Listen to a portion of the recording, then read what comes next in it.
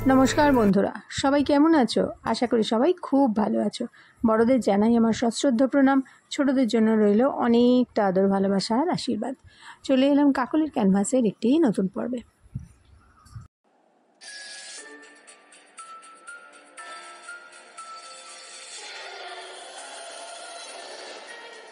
घटना शेयर करेছে दीपा। दीपा तार अनेकगुलो घटनार मध्य बोलेছে যে ঘটনাটা ভালো লাগবে সেই ঘটনাটাই শেয়ার করতে। তো দীপা আমার আজকে যে ঘটনাটা শেয়ার করছি এটাই আমার সবথেকে বেশি ভালো লেগেছে। তো ঘটনাটা শুরু করছি। দীপাদের বাড়ি অনেক দিনকার পুরনো, ও ঠাকুরদাদার আগের আমলে। তো শুনেছিল পরে পরে ও বাবার কাছ থেকে শুনেছিল যে ওই বাড়িটা যেখানে তৈরি হয়েছিল সেটা ছিল একটা গোরস্থান। পরে শুনেছিল যে সেখানে পুজো করে অনেক কিছু পুঁতে তারপরে ওইখানে বাড়ি তৈরি করা হয়েছিল। তো আগেকার দিনের অনেক বাড়ির মতোই ওদের বাড়িটাও একটা ছাদ ছিল, বড় ছাদ ছিল। এবার সেই বাড়িতে আগে থাকতো ওর বাবারই এক বোন, বড় বোন। সেই বোন অবিবাহিত ছিলেন এবং তিনি সেখানেই থাকতেন। আর ছিলেন ওই বাড়ির একজন পিসি ঠাকুমা, মানে ওর বাবার পিসি, অনেক বয়স্ক। আর ছিল বাড়িতে অনেক মেয়ে। মেয়ে বলতে সেই মেয়েগুলো বাড়ির মেয়ে নয়, কিন্তু কাজ করতো। একজন পরিচারিকা ছিল। পরিচারিকা বলতে কর্মসহায়িকা যাই বলো না, ফড়িংয়ের মা বলতো, কারণ ওর ছেলের নাম ছিল ফড়িং। আর ওই ফড়িংয়ের মায়েরই 4-5টা মেয়ে ছিল। বিকালবেলা খেলছে, ওই ছাতেই খেলছে। তো দীপা বলছে ওর ভালো মনে আছে রুমাল চোর খেলছিল, মানে গোল হয়ে বসে পেছন দিয়ে, যারা খেলেছো তারা জানো যে রুমালটা নিয়ে একজন ঘুরবে, ঘুরতে ঘুরতে যার পেছনে রুমালটা রাখবে সে যদি জানতে পারে রুমাল নিয়ে উঠে পড়বে, আর যদি না জানতে পারে তাহলে যে রেখেছে সে এক পাক ঘুরে এসে তার পিঠে একখানা কিল মারবে। তো এই ছিল খেলা। তো যখন এরকম রুমাল চোর খেলা হচ্ছে, খেলতে খেলতে সেবারে চোর হয়েছিল দীপার ওই বাড়িতে, যে দীপাদের বাড়িতে ওই যে ফড়িংয়ের মায়ের যে মেয়েরা ছিল তার মধ্যে 4 মেয়ের মধ্যে যে বড় মেয়ে, সে ওরকম ঘুরছে। ঘুরতে হঠাৎ করে ও বাবা গো মা গো বলে ও ধুম করে পড়ে গেছে। এবার পড়ে যাওয়ার পর সবাই তো ছুটে গেছে ওকে নিয়ে, তাড়াতাড়ি নিচে নামিয়ে নিয়ে এসছে। কি হলো কি হলো কিছুতেই কিছু বলতে পারছে না, খালি হাঁ করে তাকিয়ে আছে। একবার করে জ্ঞান আসছে, আবার অজ্ঞান হয়ে যাচ্ছে। তো তা ও কী যে হয়েছিল কিছু বোঝা যায়নি সেদিনকে, আরও কিছু তারপরে বলে উনি। এরপরে হয়েছে কি, সেদিনকে জামা কাপড় তোলা। তো ওই বড়ো মেয়েটাকেই বলা হতো, যেহেতু ফড়িংয়ের মায়ের বড়ো মেয়েটা একটু দীপাদের বয়সীর থেকে একটু বড় ছিল, সেই জন্যে প্রায় সময়তেই ওকে দিয়েই ওই মোটামুটি ছোটোখাটো কাজগুলো করানো হতো। তো একবার সেবারে রবিবার থেকে সব জামা কাপড় কাচা হয়েছিল, বাড়ির ছেলেদের মেয়েদের সব জামা কাপড় কাচা হয়েছিল। দীপা বলছে ওই জামা কাপড়গুলো কাচার পর ওটা নিয়ে গিয়ে মেলার দায়িত্ব ছিল ওই ফড়িংয়ের বড়দির। ফড়িংয়ের বড়দি যখন যেত 2-3টে বালতি হয়ে যেত কাচার, তো তার সঙ্গে দীপা যেত, আর একজন যেত, সেটা মাঝে মাঝে পিসিও যেত, মাঝে মাঝে আবার ওর মেজদিও যেত, ফড়িংয়ের মেজদিও যেত। দুজনে মিলে ধরে ধরে ওই 3 জনে ধরে বালতিগুলো নিয়ে যেত। আর ওরা মেলতো না পুরোটা, ওই ফড়িংয়ের বড়দি মেলতো, ওরা নিচে চলে আসতো। তো একদিন এরকম ওরা জামা কাপড় মেলে দিয়ে এসছে, সারা ছাদ ভর্তি জামা। এরকম করে বিকেলবেলায় সেদিন ওরা ঘুমিয়ে পড়েছে, সন্ধে হয়ে গেছে। সবারই খেয়াল পড়েছে যে ছাদে জামা কাপড়গুলো আছে। তো ফড়িংয়ের বড়দিকে বলেছে এই অন্ধকার হয়ে গেছে, জামা কাপড়গুলো সব ছাদে পড়ে আছে, আনতে হবে তো। তো ফড়িংয়ের বড়দিও যেহেতু ঘুমিয়ে পড়েছিল সেহেতু তাড়াতাড়ি করে উঠে ছুটেছে ছাদে। এইবারে হয়েছে কি, বোধহয় 5 কি 10 মিনিট গেছে, ওই ফড়িংয়ের দিদি চিৎকার করে দৌড়ে সিঁড়ি দিয়ে দিয়ে এসে দোতলায় অজ্ঞান হয়ে পড়েছে। এবার বাড়ির লোক তো মুখে জলে ঝাপটা দিচ্ছে, এবং কেউ কেউ বলল যে অনেক দিন আগে এইরকমই ও আর একবার চিৎকার করে পড়ে গিয়েছিল, কিন্তু ব্যাপারটা কি হয়েছিল ধামাচাপা পড়ে গিয়েছিল। তো যখন এরকম করে এবারে তো পড়ে গিয়েছে, একদম ঠক ঠক করে কাঁপছে, কিরম একটা তাকিয়ে আছে। তো যখন এরকম হচ্ছে তখন একজন বলল যে ওর বোধহয় ভূতে ধরেছে, ওকে বোধহয় ভূতে ধরেছে, কারণ ও কোনো কথাই বলছে না। তো তখন ওরা ছুটে গেছে, ওদের ওখানে যে ওঝা ছিল, মানে যে এইসব ভূত তাড়াতো আর কি, তাকে নিয়ে এসেছে।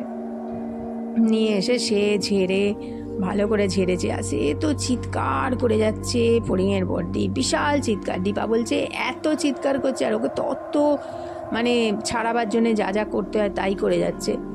তো যখন চিৎকার করতে করতে ও, আর কি আশ্চর্যের ব্যাপার, দীপা বলছে ও একটা অদ্ভুত জড়ানো জড়ানো ভাষা বলছে, যেটা বাংলা নয়। কি যে বলছে বুঝতে পারছে না কেউ, কিন্তু এটা মাথাটা নিচু করে কিন্তু একটা জড়ানো জড়ানো কথা বলে যাচ্ছে। তো তখন ওই ওঝা বললো এটা হচ্ছে আরবি ভাষা। তো আমরা তো কেউ আরবি ভাষা শুনিনি। দীপা বলছে আমরা জানি না যে একে কোনো মানে এমন লোক ধরেছে যে আরবি ভাষা জানে। তো তারপর যখন এরকম ছাড়ানো হলো তো বললো ওকে ছেড়ে যেতে। প্রথমে কিছুতেই ছাড়তে চায়নি। কি হয়েছিল না, ওই ছাদে জামা কাপড় তুলতে গিয়ে জামাটা তার গায়ে লেগে গিয়েছিল যে ছাদে ছিল, এবং তারপরই ওকে ধরেছিল। তো তখন বললো কি করে ছেড়ে যাবে। দীপা বলছে ওকে বললো তুই কলসি ভর্তি করে জল দাঁতে করে নিয়ে যাবি। তো একটা দীপা বলছে সাধারণ মানুষের পক্ষে দাঁতে করে কলসি ভর্তি জল নিয়ে যাওয়াটা একদম ইম্পসিবল, কিন্তু ও চোখের সামনে দেখেছিল যে দাঁতে কামড়ে ওই ঘোড়াটা পুরো নিয়ে যাচ্ছে, এবং ওরা সবাই বাড়ি শুদ্ধ লোক হাঁ করে ভাবছে যে ওটা কি করে সম্ভব। তারপর সত্যি সত্যি ফড়িংয়ের বর্দি জল ভর্তি ঘোড়াটা নিয়ে গিয়ে বাড়ি থেকে উঠোনের মধ্যে নেমে রাস্তা অবধি যাওয়ার আগে অজ্ঞান হয়ে পড়ে গেছে। তো তখন ওঝা যে এসেছিল সে বলল যে মোটামুটি এখন তো চলে গেছে, কিন্তু একে একটু সাবধানে রাখতে হবে, কারণ সে যে ধরে সে একবার গেলে আবার আসে। তো এর মধ্যে দীপা বলছে ওর বড়দিকে জিজ্ঞেস করা হয়েছিল যে ও চিৎকার করেছিল কেন, আর ছোটোবেলাতেও বা চিৎকার করেছিল কেন। তো তখন সে বলেছিল যে সেদিন সন্ধেবেলায় ও যখন জামা কাপড় তুলছিল তখন জামা কাপড় এমনি তুলতে তুলতে হঠাৎ করে শাড়িটা দড়িতে আটকে যায়, পেঁচিয়ে যায়। তো শাড়ির পেঁচানোটা কিছুতেই ও খুলতে পারছিল না। তখন শাড়িটাকে এদিক থেকে ফেলে ওদিক দিয়ে ফেলে যখন তুলতে যাচ্ছিল, দেখলো ওই শাড়ির পেছনে হঠাৎ করে একটা বীভৎস মুখ, এবং ক্রমশ তার দিকে এগিয়ে আসছে। তো সেটা দেখেই ও প্রচণ্ড ভয় পেয়ে গিয়ে ছুটতে ছুটতে আসছিল। আর ওই বীভৎস মুখটা ও সেদিনকেও দেখেছিল, যেদিন ও ওই খেলছিল ছাদে, এবং ওই বীভৎস মুখটা দেয়ালের একটা জায়গায় দাঁড়িয়েছিল। তো এই ছিল দীপার একটা ভয়ঙ্কর অভিজ্ঞতা। এর পরের ঘটনাটা বলেছে সুরজিৎ। সুরজিৎ বলেছে ভূতে ওর কোনোদিনই বিশ্বাস নেই। আশেপাশে জ্যান্ত মানুষজনদের নিয়ে ও এতটাই ব্যস্ত থাকে যে দিনে 24টা ঘন্টা যে কিভাবে কেটে যায় ও বুঝতেই পারে না, এবং সারাদিনের পরিশ্রম করে ও প্রচুর ক্লান্তও হয়ে পড়ে। আর ও যেহেতু সেলসের কাজ করে সেহেতু ওকে বিভিন্ন জায়গায় যেতে হয়। ডিসেম্বর মাসে ওদের কাজ একটু কম থাকে। এবার সেই হিসাবেই ডিসেম্বর মাসে যারা অফিসে কাজ করে সবাই মিলে একটা বেড়াতে যাওয়ার মানে ট্যুরের একটা ব্যবস্থা করে, প্রত্যেক বছরই করে। তো সেবারেও একটা মোটামুটি ছোটোখাটো জায়গায় ওরা বেড়াতে যায়। তো সেবারেও একটা বেড়াতে যাওয়ার ঠিক করে। তো ওরা বন্ধুরা মিলে যেখানে বেড়াতে গিয়েছিল জায়গাটা ছিল দার্জিলিং। দার্জিলিং মানেই তো যারা গেছো বুঝতে পারছো যে কীরম জায়গা, খুবই নিস্তব্ধ এলাকা। লোকজন এখন যদিও অনেক হয়েছে, কিন্তু তবুও কোথাও যেন একটা খুব নিরালা জায়গা। এবার বন্ধু বান্ধবরা গল্প করতে করতে ভূতের অস্তিত্বের কথা বলেছে। তো সুরজিৎ বলেছে যে ভূত দেখে বর্ণনা করে যারা বলেছে তারা সবাই একদম ভুল কথা বলেছে। আদতে ভূত বলে কিচ্ছু নেই। যারা ভূতে বিশ্বাস করে তারা একটা কল্পনাকে বিশ্বাস করে। এইভাবে ও অনেক কথার বন্ধুদের সঙ্গে বলে সেদিনকে ওরা খুব হাসাহাসি করেছে, গল্প করেছে। তো এরকমভাবে ওরা পৌঁছেছে দার্জিলিংয়ে। এবার দার্জিলিংয়ে যেদিন পৌঁছেছিল সেদিন ছিল শুক্রবার। পরের দিন ওদের বন্ধু বান্ধবরা মিলে ঠিক করেছিল একটা কাছাকাছি কোনো জায়গায় ওরা ঘুরতে যাবে, কিন্তু তার আগে ওদের একটা হোটেলের ব্যবস্থা করা হয়েছিল। তো হোটেলে ছিল যে কটা ঘর, ওদের অতগুলো ঘর লাগেনি, যেহেতু ছেলেরা সব একসাথেই ছিল। ঠিক করে সেদিনকে দুপুরবেলায় ওরা একটা জায়গায় বেড়াতে বেরোয়। হোটেলের মধ্যে ছিল শুধু সুরজিৎ, কারণ সেদিনকে ওর আর উঠতে ইচ্ছা করছিল না। ও বলল যে ওরা যেহেতু অফিসে কাজ করে ওদের অত পরিশ্রম হয় না, ওদের অনেক এনার্জি আছে ঘোরার, কিন্তু সুরজিৎ সেলসে আছে, ওর প্রচুর পরিশ্রম হয়। ও আর সবারই মতো চায় না এই দিনগুলোতেও আর ঘুরে গায়ে ব্যথা করতে। ওই জন্য ও বলেছিল যে ওরা বেরিয়ে যাক, ও বাড়ি মানে হোটেলে একাই থাকবে। তো সেই মতো ঠিক হয়েছিল, ওর যারা বন্ধু সবাই মিলে বেরিয়ে গেছিল ওখান থেকে যা যা জায়গা আছে ঘোরার। এবারে ওরা বেরিয়ে যাওয়ার পর বলেছিল যে টাইমে আসবে, সেই টাইমে ওরা আসতে পারেনি, কারণ ট্যুরিস্টদের মরশুম, তারপর একের পর এক লোকের ভিড়, যার জন্য ঠিকঠাক গাড়ি ঘোড়া ওরা পায়নি। পরে এটা সুরজিৎ শুনেছিল। তো যেহেতু একা ছিল হোটেলে সুরজিৎ, ও তখন সবাইকে ফোন করে জানতে পারে যে সবাই মিস করেছে, গাড়ি মিস করেছে, টাইমের যে গাড়ি, ফেরার গাড়ি, যাওয়ার গাড়ি, সব মিস করার ফলে হয়েছে কি, ওদের যে শিডিউল টাইমে আসার কথা ওরা সেই সময় আসতে পারবে না, এবং ওরা যদি রাত্রিরে নাও আসতে পারে তো ওরা ওখানেই কোথাও থাকার ব্যবস্থা করে নেবে। তো অ্যাকচুয়ালি ওরা যে কোথায় গিয়েছিল সেটা তখনও সুরজিৎ জানতো না।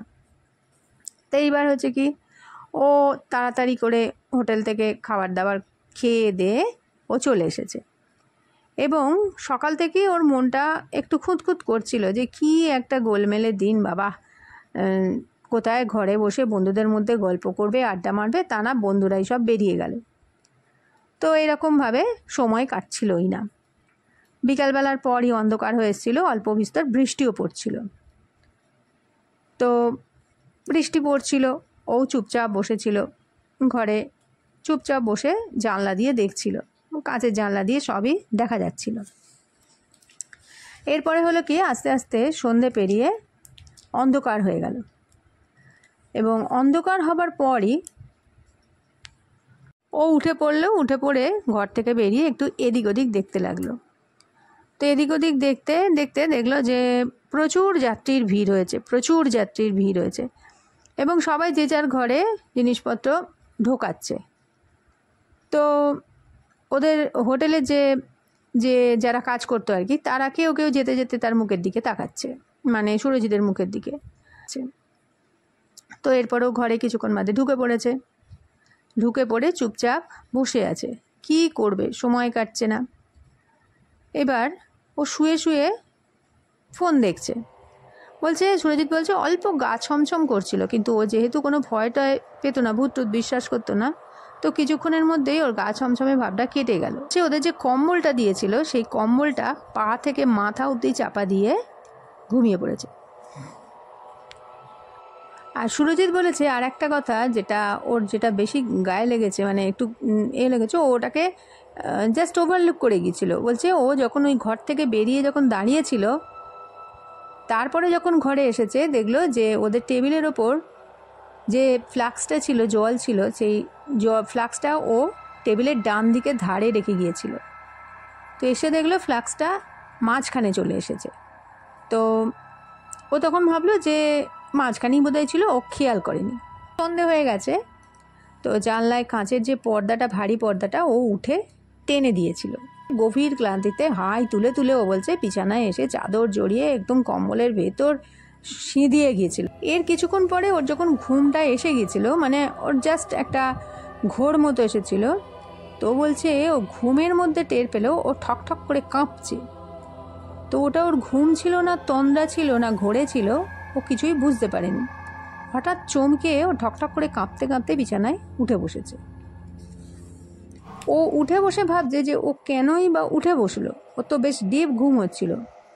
তো তখনই ও শুনতে পেল যে ঘরের যে টয়লেটটা ছিল ঘরের সঙ্গে, তাতে একটা ফ্ল্যাশ, ঘটাং করে ফ্ল্যাশ টানার শব্দ, এবং কমোডে জল গড়িয়ে পড়ছে।